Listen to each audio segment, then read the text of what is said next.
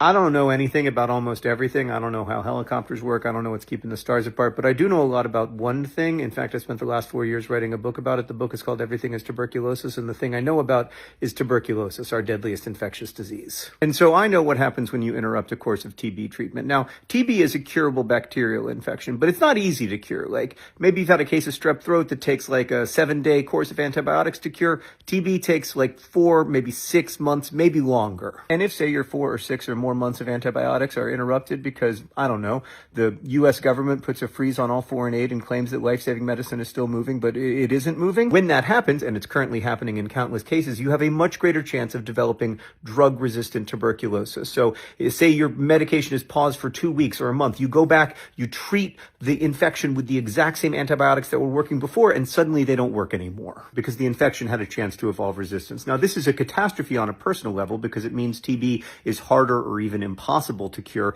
It's also a catastrophe on a societal level because it means there's more drug-resistant TB floating around, and when left untreated, the average case of drug-resistant TB will infect between 10 and 15 people per year. So that's what happens when stop work orders leave drugs sitting in a warehouse rotting rather than getting to the patients that need them. Millions more people get tuberculosis. The tuberculosis they get is harder to treat, and the disease becomes even deadlier than it already is.